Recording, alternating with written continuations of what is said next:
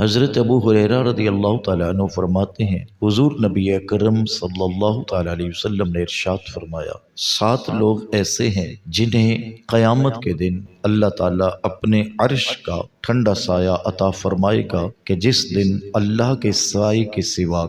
کوئی اور سایہ نہیں ہوگا۔ تو ارشاد فرمایا پہلا وہ شخص جو عادل حکمران تھا، عدل و انصاف کا ترازو اس نے قائم رکھا اور انصاف کے ساتھ اس نے زندگی گزاری، تو میرے حضور فرماتے قیامت والے دن اللہ اس کو اپنے عرش کا ٹھنڈا سایہ عطا فرمائے گا۔ علماء یہاں یہ فرماتے ہیں اس سے مراد وہی نہیں جو حکمران ہو، بلکہ حدیث میں آتا ہے ارشاد فرمایا تم میں سے ہر شخص اپنے گھر کا حاکم ہے۔ اگر گھر کے اندر بھی عدل و انصاف کو رکھا تو قیامت والے دن اللہ تعالیٰ اس سے اپنی رحمت میں جگہ عطا کرے گا اور اس سے اپنے عرش کا ٹھنڈا سایہ عطا فرمائے گا۔ دوسرا وہ شخص جو اللہ کی محبت اور اللہ کی عبادت کرتے کرتے جوانی کی پروان چڑھا۔ تیسرا وہ شخص جس کا دل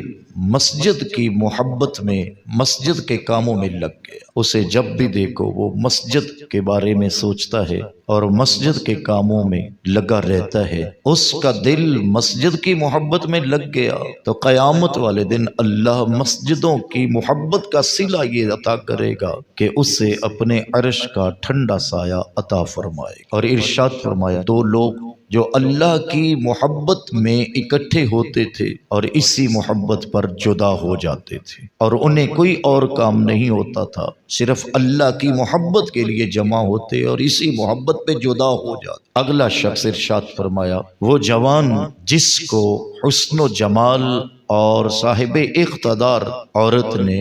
گناہ کی دعوت دی اور اس جوان نے کہا انی اخاف اللہ، میں اللہ سے ڈرتا ہوں، تو فرمایا اس کے دل کے اندر جو اللہ کا ڈر غالب ہو گیا، قیامت والے دن اللہ اس جوان کو اپنے عرش کا ٹھنڈا سایہ عطا فرمائے۔ اور چھٹا وہ شخص جس نے چھپا کر صدقہ کیا، ایسے کہ بائیں ہاتھ کو بھی خبر نہ ہوئی کہ دائیں ہاتھ نے راہ خدا میں کیا خرچ کر دیا۔ ایک وقت تھا جب کہا جاتا تھا نیکی کر اور دریا میں ڈال، اور آج کل کہانی یہ ہے نیکی کر اور فیس بک پہ ڈال، لوگوں کو پتا چلے کہ میں نے کیا دیا ہے، لوگوں کو تو پتا ہو کہ میرے سے بڑا کوئی سخی نہیں ہے۔ تو ارشاد فرمایا صدقہ ایسے کیا کہ دائیں ہاتھ سے صدقہ کیا ہے تو بائیں کو بھی خبر نہ ہوئی کہ اس نے صدقہ دیا کیا ہے، تو اس نے اپنے صدقے کو یوں چھپا کے ادا کیا، تو اللہ تعالی جل مجدہ الکریم نے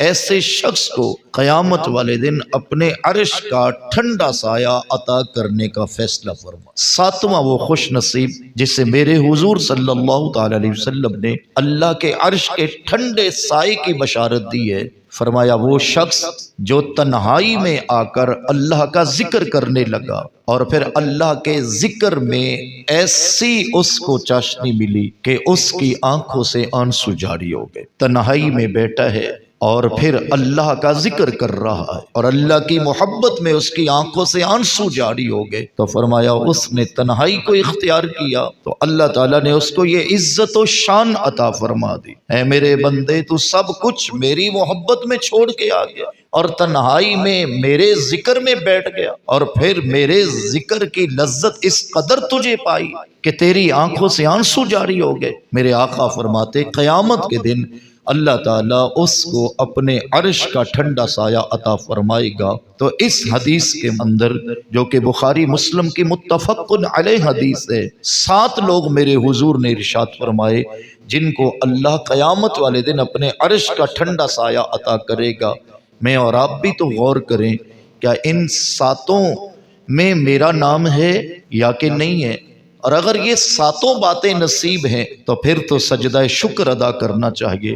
اور اگر نہیں تو کم از کم اس میں کوئی ایک بات تو میرے اندر آ جائے کہ جس پر میں اپنا عمل کر کے قیامت والے دن اللہ کے عرش کا ٹھنڈا سایہ پا سکوں۔ اللہ مجھے اور آپ کو عمل کی توفیق نصیب کرے۔